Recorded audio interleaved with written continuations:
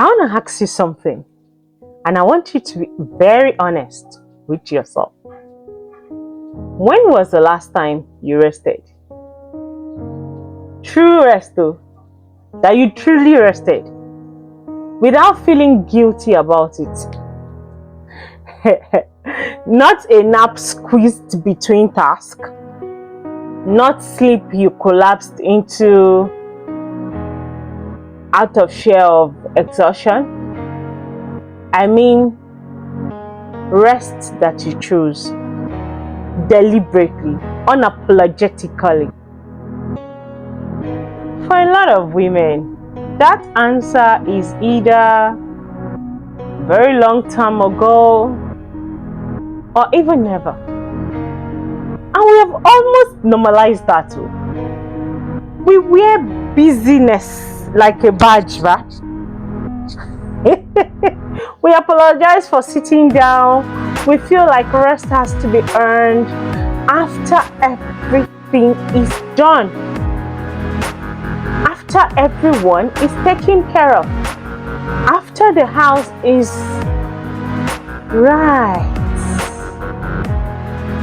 But what if that belief is quietly breaking you? Hi, and welcome back to week 3 of July on Debzane Concepts. I am Akinlade-Ogaji. I'm a public health practitioner and the founder of Debzane Concepts, which is this channel. This month, we've been walking through rest, burnout, and emotional exhaustion together. In week 1, we talked about why sleep doesn't always mean rest. In week 2, we looked at how your space and night routine are sending signals to your nervous system. Today, we're going somewhere a little deeper. The story we tell ourselves about rest and why that story might be costing us more than we realize. Let's go into today's video properly, where the guilt comes from. Let me start here. There's this guilt around rest. It doesn't actually come from anywhere. It comes from nowhere.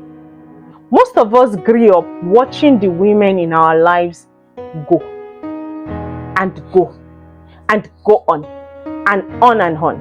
Mothers who were first up and last to bed. Women who served and carried and managed and called it love. Women who sat down only when everything was done. And even then, we are already thinking about tomorrow. And we absorbed that. Not as a lesson we were taught in a classroom, but as a picture of what it looks like to be a good woman, a devoted wife, a present mother, a responsible person. Rest in that picture was for when you were sick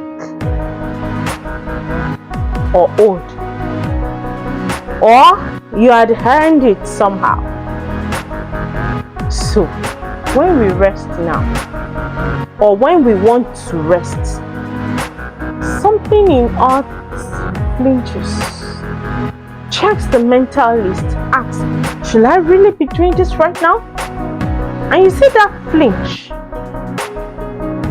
that guilt, it's not a character flaw. It's inherited. It's cultural. It's years of watching and absorbing a particular definition of worthiness. One that was tied entirely to output. Let's look at what burnout actually looks like. Here is where I want to pause a bit, because I think burnout has a repetition problem. We imagine burnout as a collapse, as tears, breakdown. Someone who can no longer function. But that's the extreme end. And a lot of women never get there because they keep pushing through. They keep functioning. They keep managing. And so they live in what I'd call the middle of burnout, where you're technically fine, you're showing up, you're doing what needs to be done, but there's a flatness underneath it all, a distance, like you're watching your own life from one step back. You know that thing? Things that used to bring you joy feel like effort. Small things now irritate you more than they should.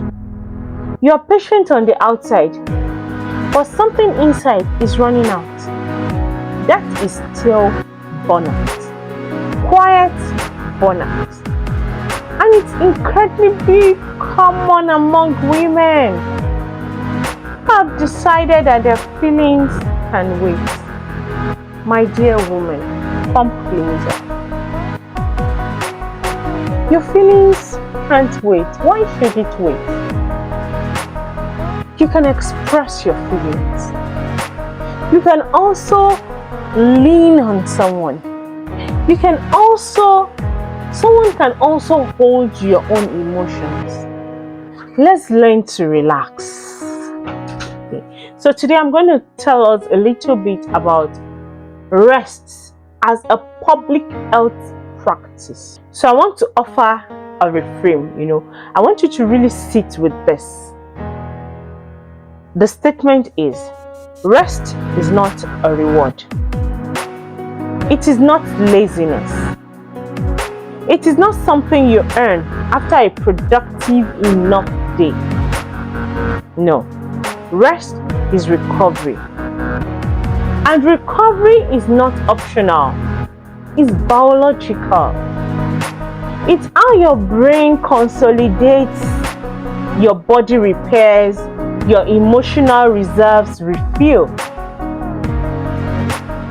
From a public health perspective, chronic rest deprivation, not just sleep deprivation, but emotional and nervous system rest deprivation, has real consequences. It affects how we make decisions, how we relate to the people that we love. It affects how we tolerate stress. It affects how our bodies manage inflammation. It's not a soft topic, it's a health topic. And the women who are most at risk are often the ones who are too busy caring for everyone else to notice what's actually depleting in them. So, resting is not checking out. It is not abandoning your responsibilities. It is maintaining yourself well enough to keep showing up with presence, with warmth, with capacity. You cannot pour endlessly from an empty place. That's not strength. My God, that's a slow drain, You can't pour from an empty space at all. So, here is my gentle invitation for this week. Rest once, intentionally. Not because you've earned it, not because you've collapsed and have no choice. Please don't wait. Please don't wait until you collapse. No, we don't want emergencies. Rest intentionally because you decided you worth it. It might feel uncomfortable at first. The guilt will show up. It might show up. Just let it come. But rest either ways, anyway. That discomfort is the old story trying to hold on, The new story is your recovery is not laziness. It is care. It is wisdom. It is how you keep going, not by pushing harder, but by restoring deeper. Yes. Restoring deeper. If this one sat with you, I hope you will share it especially with a woman in your life who gives a lot and rarely stops to receive. I hope you have subscribed, like and share our video. Let's hear your opinions in the comment section about this particular topic. I am Juliana Akinlade-Ogaji and the founder of Debzane Concepts. I'll see you next week. Until then, bye.